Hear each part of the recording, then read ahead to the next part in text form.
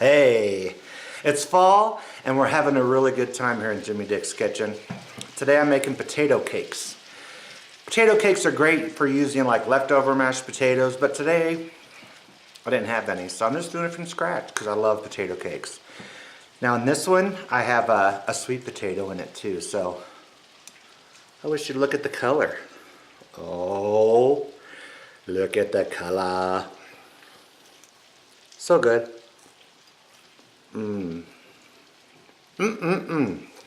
Anyway, if this is your first time on my channel, welcome.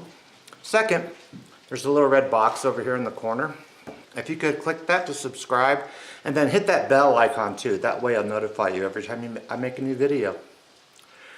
Peace. Enjoy the video.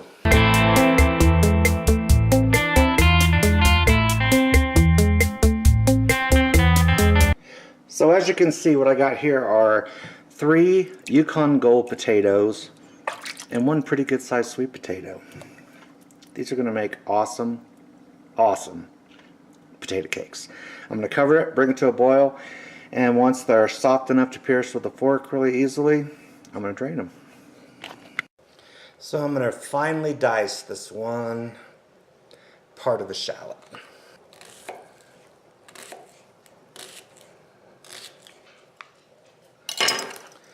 Okay, as you can see, that's pretty finely diced. The thing about shallots, they're just slightly different than an onion. You can use onion, but I'm going to saute these in just a little bit of butter, and it brings out the sweetness, which I want for this fall potato cake.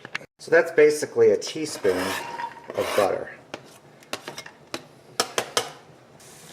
And that's about right. Right there. When they first start to fry, we're going to turn off the heat and they will be soft and ready to go. So in this bowl, I'm going to add those shallots.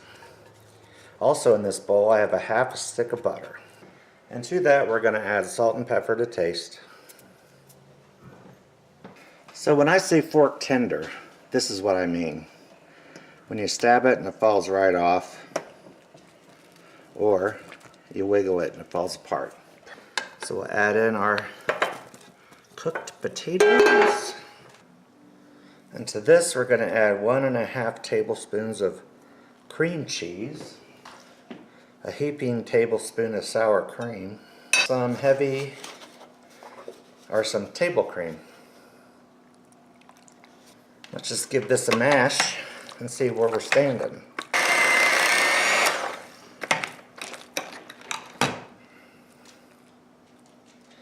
Give her a little taste. We need a little more salt and pepper.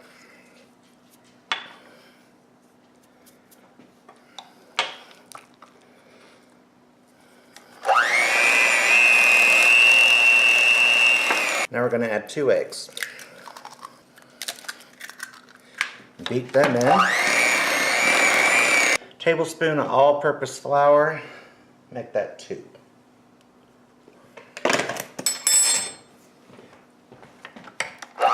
Dash of nutmeg,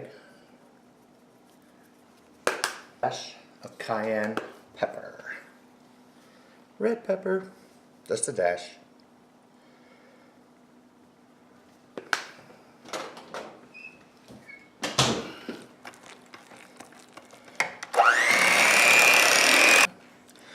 Now that that's all mixed, I'm going to put it in the fridge because I'm not making this till later. These are going to be great. So what I got going on in here is some vegetable oil and a little pat of butter. Now we're cooking. So you can make these as big or as small as you want. This is like 2 tablespoons or around there. I'm going to cook these till they brown around the edges, kind of like a pancake, you know, when they're done. Then I'm going to flip them. We're going to give these a flip. Booyah. Yep, that's what you want right there.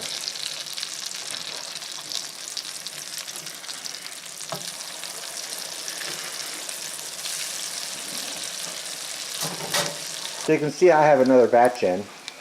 And over here, draining, I have these on a wire rack. I put aluminum foil on the bottom for two reasons. One, so I have to clean the pan. And two, when I reheat these later in the oven, that'll help crisp up the bottom. If you were to put them on a paper towel or something like that, they would get very soggy and not crispy and gross.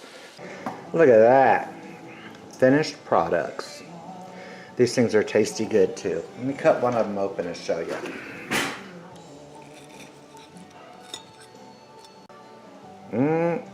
Fluffy goodness.